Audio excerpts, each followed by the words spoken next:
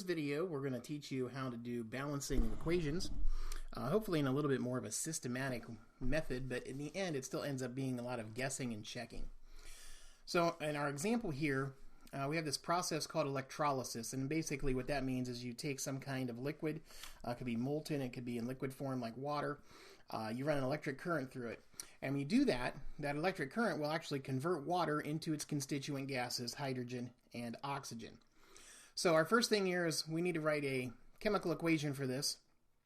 And so we start with water, and we run the electricity through it, and we're going to get hydrogen gas, and we're going to get oxygen gas. Now, if you just look at this equation and you think about law of conservation of matter, on the left-hand side, we have two hydrogen molecules, and on the right hand, we have two hydrogen molecules. But on the left, we have one oxygen, but on the right, we have two oxygens. Well, you can't create matter. You just can't bring matter out of nowhere. So where did this other oxygen come from? Well, it came from the idea that this isn't balanced in terms of it takes more than one molecule of oxygen to accomplish this. We could take a look at a little molecule count here. And so here's a molecule of water, a molecule of hydrogen, a molecule of oxygen. When we go about changing balancing a chemical reaction, you should never ever change the subscripts, because the subscripts are what the formula is. You change the subscript, you've changed what you've started with or ended with.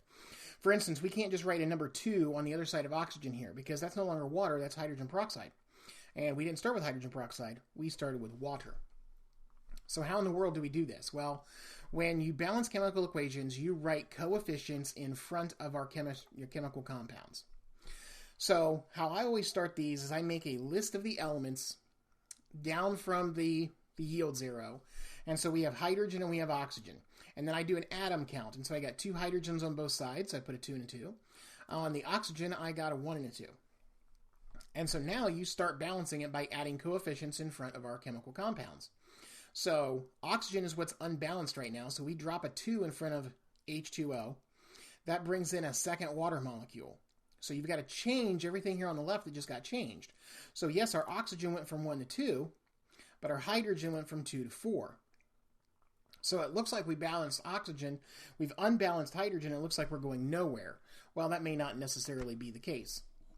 Now we bring it over here, we need 4 hydrogens on the right side. So if we drop a 2 in front of the H2, we now have 2 molecules of hydrogen. And now we're balanced. We cross out the 2, we got a 4. And we have balanced chemical reactions. If you count up all the atoms here, you have 4 white hydrogens on the left and 4 white hydrogens on the right. You have 2 red oxygens on the left and 2 red oxygens on the right. So we have a balanced chemical equation. Let's do another one. This time we're using polyatomic ions, and on this one I'm going to tell you that if you take a look at this equation, see how we have SO4, sulfate on the left and sulfate on the right. And there's no sulfur on the right, indicating that the SO4s are being broken up.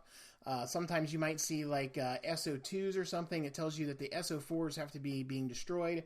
So since we have SO4s on both the left and the right, and no indication that the SO4s are being altered or broken up chemically, we're going to treat them as a single unit. And so when I make my list of atoms, I'm going to keep track of iron, I'm going to keep track of oxygen, I'm going to keep track of hydrogen, and I'm going to keep track of sulfate as one thing. So I do my atom counts on the left. I've got 2 irons from the 2 right here. I've got 3 oxygens, because I'm not counting the oxygens on sulfate. I'm counting sulfate as its own thing. Hydrogens 2, sulfate 1. On the right, iron 2, oxygen, we have just this 1. Hydrogen 2, sulfate 3, because there's a 3 behind the sulfates. Okay, so we're good here. So I always just kind of start from the top and work my way down the list here. Iron is balanced, so I go to oxygen. So I need more oxygens on the right, so I drop in a 3 right here. So that changes both my oxygens and hydrogens. So the 3 here makes 3 oxygens, and I now have 6 hydrogens, because 3 times 2 is 6.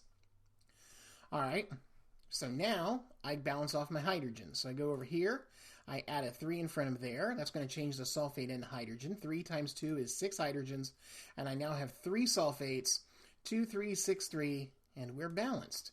I can bring in our extra molecules here, and we can actually do an atom count. The gray atoms are irons. There's 2 here, and there's 2 over here. The white ones are hydrogens, and so we got 1, 2, 3, 4, 5, 6. 1, 2, 3, 4, 5, 6. The red are oxygens, and I've got 1, 2, 3. And I've got 1, 2, 3. And then these yellow-red things are my sulfates, because you got a sulfur at the center, and you've got oxygen that's usually depicted as red on the outside. They're counting them as one single unit. I've got 3 and 3, so we now have a balanced chemical reaction. So it takes 1 molecule of Fe2O3 and 3 molecules of H2SO4 to make 1 molecule of Fe2SO43 and 3 molecules of water. You could also say it takes 1 mole of iron oxide and 3 moles of sulfuric acid to react and form 1 mole of iron sulfate and 3 moles of water.